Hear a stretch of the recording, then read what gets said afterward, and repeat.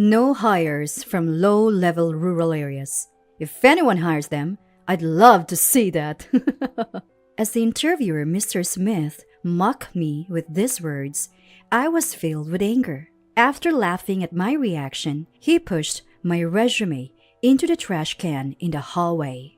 Unable to contain my fury, it exploded. "Then let me show you!" Saying this, I took out my mobile phone and made a call. The person on the phone answered immediately. While keeping eye contact with the interviewer, I called out to the person on the other end. "Dad, the interviewer is asking for you." Unexpected it was. Mr. Smith, with his bonehead voice raised, I smiled triumphantly at him. Now, the counterattack begins. "My name is Hazel Taylor, a 63-year-old housewife. After marriage and childbirth, I retired at the age of 55. I was enjoying my time playing with my early-born grandchild. But before my 60th birthday, my husband, Adam, was found to have cancer. Adam, 3 years older than me, had just decided to retire, and we were planning to enjoy our retirement together. The discovered cancer was already in its final stages. Adam tried his best, but he passed away less than a year after its discovery. In shock and in a daze, my children and my father, Robert, conducted a funeral on my behalf. After retiring, Dad returned to our hometown in California and continued our family's grape farming business. Mom had passed away a little earlier, so Dad was running the vineyard alone. Although it was a small-scale operation, the grapes were of fine quality and traded at high prices. Dad's life was stable. Moreover, his daily dedication to the grapes seemed to have a positive effect. He looked much younger than his peers. Seeing Dad like this, I started to think that I shouldn't be down forever. So I decided to reapply for a job. Fortunately, having a CPA qualification made it easier for me to find work despite my age. Though Adam's inheritance was enough for living, I applied for an office job at a large corporation, something I had always wanted to try. I passed the document screening. The recruitment age was close to the upper limit, but my qualification must have worked, as my son and I were delighted. Then I received a letter for an interview at the headquarters, and I headed there. Most people at the interview venue were younger than me. Seeing them, I wasn't sure if I would be accepted, but I decided to go for it anyway. I noticed the older applicants looked downcast as they left the room, but I told myself it was just my imagination and knocked on the interview room door. "Come in!" In the interview room, one man was lounging with his arms and elbows on the table, and another sat upright with a computer in front of him. I tried to speak as loudly as I could, despite my nervousness. "Thank you for this interview opportunity. My name is Hazel Taylor. I look forward to speaking with you today." Yeah, sit down." The man who seemed to be the boss, without looking at me, said so. I thought him rude, but reconsidered it might be a stress interview and quietly took my seat. "All right, let's start the interview. Mr. Smith and I, Johnson, will be conducting it. Please, go ahead." Mr. Johnson, who seemed a bit unsure of himself, said this and extended his hand for a handshake. On the other hand, Mr. Smith, next to him, was still lounging and looking at me. "It's just an old lady." "Hey, Mr. Smith, I'm so sorry." After scrutinizing me from head to toe, Mr. Smith muttered something disrespectful in a low voice.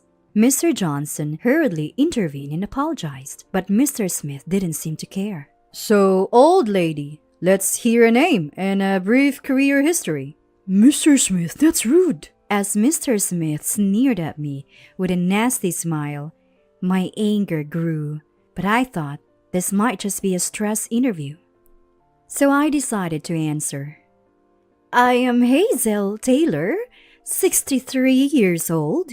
I graduated from a 4-year university and worked in administrative roles at a local company. I retired about 6 years ago, enjoying time with my grandchild and helping with simple tasks at my family home. After losing my husband last year, I deeply wanted to work again, which led me to apply here. Mr. Smith looked at me with a clearly dissatisfied gaze. Then he picked up the resume I had sent for the first round, shook it, and threw it on the floor. We're not so free here to entertain a granny's pastime. Mr. Johnson quickly picked up my resume and apologized, but I was struggling to contain my growing anger. Mr. Smith seemed not to care at all, laughing and mocking me. Even if you graduated from a university, that was decades ago, wasn't it? A young, beautiful woman could brighten up the office. But that's impossible with a granny. You probably can't even use a computer, right? I can use a computer, I retorted, feeling irked, and Mr. Smith glared at me. He must have been really annoyed, even taunting at me. Mr. Johnson sat there, shrinking beside Mr. Smith, clearly showing the power of dynamic between them. A granny on a computer is not just about turning it on. You're not confusing it with a typewriter, are you? It's embarrassing to be so stubborn at your age. I've used computers for accounting and data entry at my previous job and at home. I can handle basic tasks. Mr. Smith seemed displeased with my responses, getting more irritated every time I answered. Don't you think this is what they mean by okay, boomer? I'm not sure what you mean. I don't understand that reference. Unable to hold back any longer, Mr. Smith slammed the table with a loud bang. Silence filled the room. After a moment, Mr. Smith sat back down with a dry laugh and smiled kindly. Sorry about that. Got a bit carried away. Now, please tell us why you're interested in this position. Had he abandoned the stress interview approach? Confused by his sudden change of demeanor, I took a breath and answered. As I mentioned earlier, my husband's passing last year left me with more time alone. I wanted to be involved in the business beyond the grapes harvested at my father's vineyard. Your father runs a vineyard? I see. Mr. Johnson seemed genuinely interested, and a pleasant atmosphere began to fill the room. But Mr. Smith quickly shattered that mood. A vineyard? That's just some countryside stuff. What a blank this is. Suddenly, Mr. Smith burst out laughing. He laughed alone until he was satisfied and then swiftly moved to the door. That's it for the interview. You may leave now. Huh? Confused, I watched as Mr. Smith, smiling and pleasantly, opened the door for me. I reluctantly stepped outside. Mr. Smith and Mr. Johnson followed me out. I formally thanked them for the interview, though it was just a formality. Then Mr. Smith snorted and said, Normally we'd send the results by May later, but you're not even worth that effort. I'll announce the results specially for you. Pointing at me, Mr. Smith raised his voice. No hires from low-level rural areas. If anyone hires them, I'd love to see that. Filled with anger at Mr. Smith's mocking words as he looked at me, I couldn't hold back any longer. He laughed at my reaction and shoved my resume into the trash can in the hallway. Unable to contain my fury, it exploded. Then let me show you. Saying this, I took out my mobile phone and made a call. The person on the phone answered immediately. While keeping eye contact with the interviewer, I called out to the person on the other end. Dad, the interviewer is asking for you. What? It must have been unexpected. Facing Mr. Smith, who let out a boneheaded voice, I smiled triumphantly. The counterattack begins. Granny, did you really bring your dad along for this? As Mr. Smith laughed, I saw Dad walking up behind me. Mr. Johnson, noticing Dad, turned to him and bowed. Mr. Taylor, thank you for everything as always. What brings you here today? Ignoring Mr. Johnson's greeting in mid-sentence, Dad stood beside me. Mr. Smith, not understanding the situation, tilted his head, while Mr. Johnson turned pale upon realization. My daughter has been under your care. Ah, you're her father. Did you really just walk into our company? That's not okay. This is what happens with country bumpkins. Mr. Smith began to ridicule not just me, but also my dad. Then Mr. Johnson hastily apologized to Dad. I'm so sorry. I didn't realize you were Mr. Taylor's daughter. Hey, Mr. Johnson, why are you apologizing to this old man? You really are clueless. Mr. Smith was oblivious to the situation, while Mr. Johnson became paler by the moment. Then, a man approached from the direction Dad came from. What's going on here? Ah, Mr. Miller, good day to you. Just teaching her about the world. She brought her father to the interview. Mr. Smith bragged to Mr. Miller, the president, who looked displeased. Unaware, Mr. Smith pointed at me and continued proudly. We can't hire someone so delusional at her age. Before I could react to Mr. Smith's words, the president spoke. The one who's mistaken is you. What? Mr. Smith looked confused at the president's words. This man is Mr. Taylor, who supplies our highest quality wine grapes. Thanks to her father, our company has been producing top quality wine since its establishment. Don't you know this? Being in sales? Oh, that's Mr. Taylor! Mr. Smith exclaimed in surprise. As I tilted my head in confusion, Mr. Johnson whispered to me, Your father's grapes are top-notch, used in our most expensive wine. Everyone in sales knows how close he is to our president. Surprised by this new information, I realized how valuable Dad's grapes were. I knew they were delicious and traded at a high price, but I didn't realize their true worth. Mr. President, my daughter wanted to learn about the distribution process after our grapes are harvested, so I told her about this job opening. We had a dinner appointment after her interview, so I was nearby.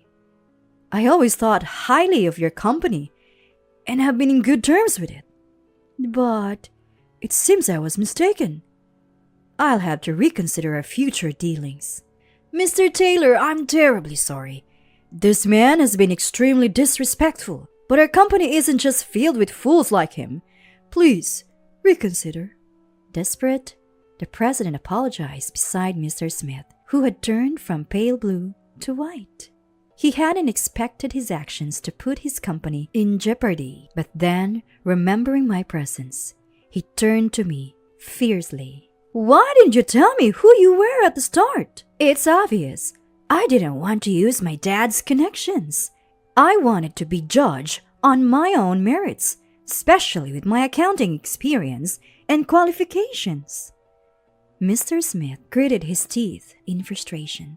His unrepentant stubbornness was almost admirable. Then Mr. Smith desperately clung on. Then it's okay for me to reject her based on her age and such, right? Using your father like this is unfair, isn't it? Everyone was stunned into silence. Mr. Smith alone seemed to think he had won the argument. I sighed deeply before responding. No, I sought Dad's help because I thought your attitude was unjust. From the moment I entered, you were lounging with your elbows on the table, not even greeting properly. You ridiculed my responses and age, and you demeaned women's worth to just their looks. And finally, you abruptly ended the interview and threw my resume in the trash can. I did not do such things. Mr. Smith hurriedly denied it, feeling the president's increasingly cold gaze. Reluctantly, I reached into the trash can in the hallway, pulled out the crumpled paper, and handed it to the president. What is this? That is, Mr.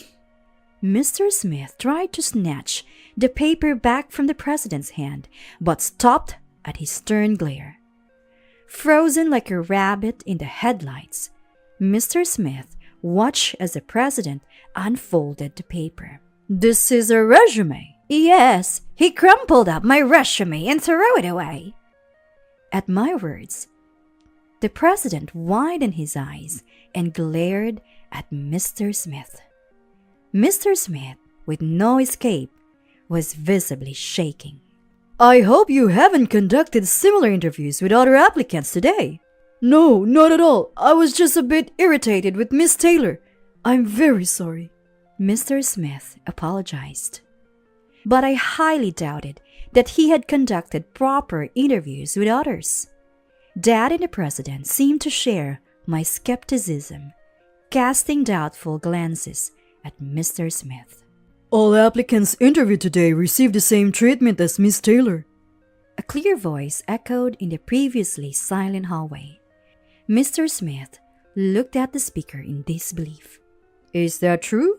Yes, it's true. I have recorded it. The speaker, holding out an icy recorder, was Mr. Johnson, shaking slightly, but with eyes fixed firmly on the president. Mr. Smith, face red, tried to snatch the recorder from Mr. Johnson. Give it here! Do you want to be hurt like always? No, I won't give it! Desperately protecting the recorder, Mr. Johnson crouched down. Mr. Smith moved to kick him. Stop! What are you doing? The president intervened. Mr. Smith, utterly confused, seemed to remember the situation. Oh, I mean, just now. What does just now mean? Have you always been treated like this? The president asked Mr. Johnson, who nodded emphatically.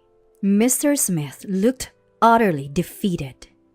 Since joining the company, Mr. Smith has been my supervisor, behaving oppressively, sometimes directly as seen today.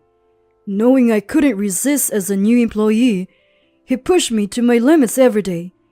So when I learned that Mr. Smith would be the sole interviewer today, due to HR's absence, I saw my chance, Mr. Johnson said, pressing the recorder's play button.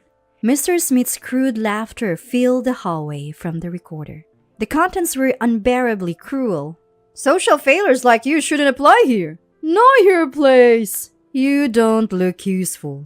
There were even more egregious comments, mocking applicants' work history, education, and specific remarks on their appearance. This is your voice, isn't it? Even now, Mr. Smith tried to escape, but the president raised his voice. I am asking, if this is your voice? Yes, it is.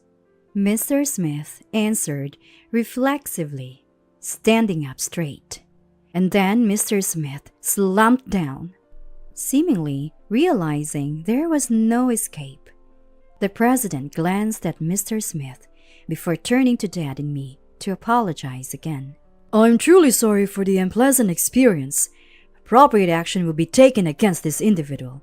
I'll personally apologize to the other interviewees later. I think that's a good idea. I've always known you to be an excellent manager from our past dealings, so if you handle this situation properly, we'll continue our business with you. Dad nodded in agreement. Relieved at the continuation of business, the president turned to Mr. Johnson, took the recorder, and immediately made a call. Hello? Yes, it's me. Can you come here? Wait in front of the interview room. 2 minutes after hanging up, a man rushed over. The president explained the situation and pointed at Mr. Smith. The man nodded, forcibly made Mr. Smith stand up, gave us a brief nod, and dragged Mr. Smith away. That was the sales manager. I asked him to take Mr. Smith away with the evidence. Mr. Johnson, thank you for your courage in speaking up. I hope you continue to work with us. I'd be happy to. I was originally impressed by the company's management philosophy. Mr. Johnson's words made the president smile. After Mr. Johnson left, the president guided us to his office. I'll inform Mr. Taylor as soon as the decision about Mr. Smith's fate is finalized. It'll either be a transfer to an isolated district or dismissal. At least, he won't be interacting with Mr. Taylor anymore. Thank you. Dad seemed a bit relieved. The president also appeared relieved at not losing a vital business connection. Then he turned to me and apologized again. Hazel, I'm truly, truly sorry. No amount of apologies can make up for the discomfort you experienced. It's okay. As long as that interviewer is punished, I don't mind anymore. At my response, the president thanked me and apologized again, which I quickly tried to stop. It felt uncomfortable to have someone older repeatedly apologize to me. Dad, sensing my discomfort, broached a new topic. So will Hazel and the others get another chance at the interview? If they wish, after apologizing, we'll conduct the interviews again. This time, I'll join as well. What do you think, Hazel? I declined the president's offer. Understood, was all he said. Dad and I then stood up and left the president's office. Later, the president informed us that Mr. Smith was transferred to an isolated district. Initially, he thought of firing him, but after hearing from Mr. Johnson about Mr. Smith's temperament, he feared he might irrationally harm me. To keep track of his movements, they sent him to a sales office in an isolated district where trusted personnel were present. Apparently, Mr. Smith had no intention of leaving the large corporation and accepted the transfer, quietly working in desk jobs. Though Mr. Smith became a useless employee, further investigation in the sales department revealed his tyranny towards others, not just Mr. Johnson. His previous accomplishments were found to be stolen from colleagues, proving he was always ineffective. Furthermore, it seemed he was married, but his wife divorced him following the transfer. One can only imagine he must have been just as tyrannical at home. It seems Mr. Smith was also having an affair and had to pay a significant amount in compensation due to the divorce lawsuit, which he complained about.